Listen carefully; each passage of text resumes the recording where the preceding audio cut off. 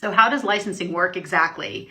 This is a question that was posed to me by Moosh, who wanted me to explain a little bit further about how brand partnerships, brand licensing partnerships work and kind of what's in it for the individual partners that get into it. Like, why do so many celebrities and influencers and artists and designers get into licensing? What are the benefits? And again, exactly how does it work? So this is something I feel very qualified to answer because I'm a brand licensing agent and I've been doing this for several decades for different artists and designers and media personalities and influencers. So to put it very simply, licensing functions very similarly to how one would rent an apartment or lease a car, except for instead of renting or leasing a physical property, someone is going to rent or lease intellectual property.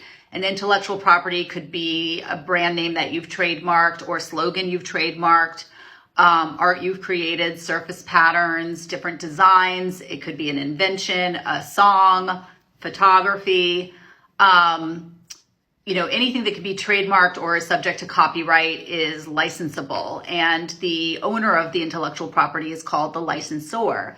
And typically, particularly in the type of work that I do, I license out my clients' properties to manufacturers, and those manufacturers are referred to as the licensee.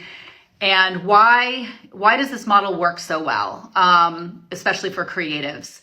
Well, there's, mutually beneficial reasons on both parties' parts. So if you are the owner of an intellectual property and you want to get into, for instance, manufacturing like wallets with your, surface pattern designs on them, you would need to source and price and create samples, maybe bring in inventory, find retailers, ship to those retailers, and then those retailers may need to find customers and get the product into the hands of customers.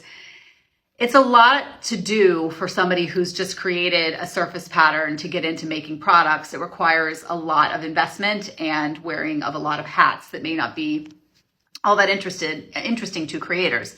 And the same goes for the manufacturers. Maybe they are really good at sourcing and they've got great retail relationships, but they don't have a captive audience that they've been able to cultivate themselves. It would be very expensive for them to. So maybe they license the Prada trademark, in this example, because so many consumers love that brand.